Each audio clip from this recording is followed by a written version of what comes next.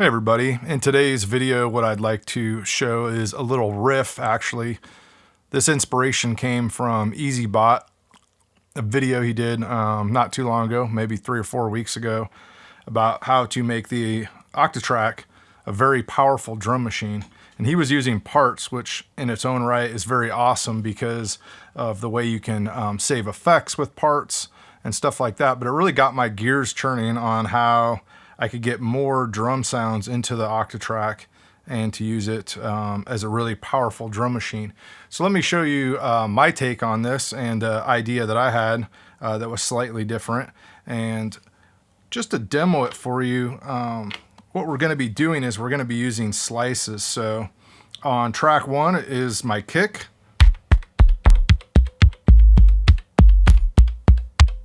So I got 16 different kicks, you know, snares, so on and so on.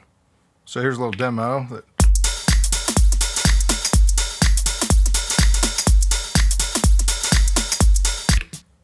But how did I do that? That's the real question. And let's go over, if you guys are not familiar with the Octachainer, which is a free piece of software, and you have an Octatrack, you're really missing out. So let's go over to the Octachainer real quick, and I'll show you what it is and then how I formulated this template and what my whole idea was behind it. So if you look over here on my little notes here on this section that I highlighted, this was my idea for my slices. So if I started with channel 1 or track 1 here where I had all the kick drums, I'm gonna have a Lindrum kick drum, a DMX kick drum, drum tracks, etc. on each of the corresponding pads, all the way down to 16. And then on each of the Octatrack's 8 tracks, on track 1 was gonna be kick, 2 was snare, 3 was clap, etc., etc. And you'll see if you download this template, which I'll make for free on my Patreon, or I'll put down on Gumroad if you want to pick it up. I tried to make things easy to remember when you're getting to the classic TR series. I got, you know, pad 5 will always be a 505 sound, no matter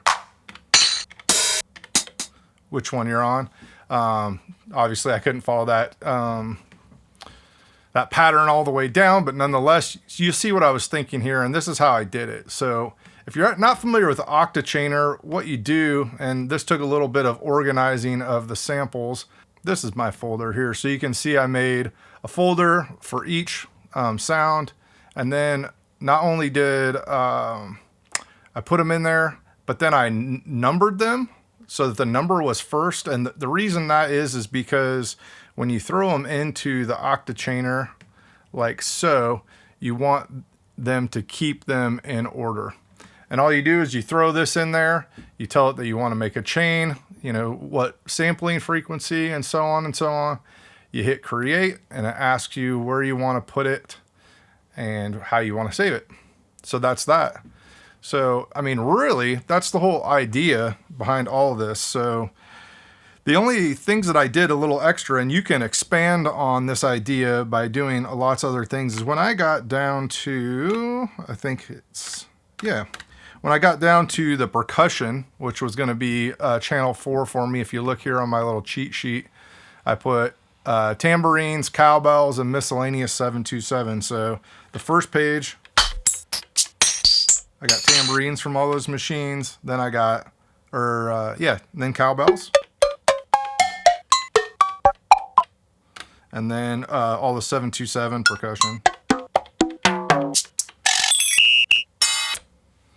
So you could really have, you know, on each one, you could have 4 pages, you know, 64 samples loaded up on each of these tabs. And, you know, you can use, what's cool about that is that, you know, if you wanted to use 2 different snares or 2 different tambourines on the same track, you know, you can record those in real time. You just can't have them.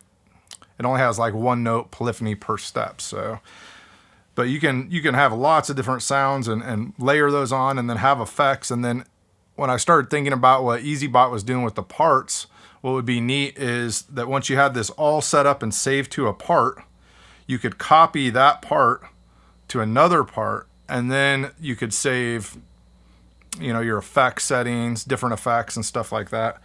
Or if you wanted to take it even one step further, I'm pretty sure you might get close to maxing out the RAM in the Octatrack, but you could, you know, load these samples onto one part and then have a whole nother set of Octachains on another part. I mean, that's the coolest thing about the Octatrack is you just start thinking about things and you can do them.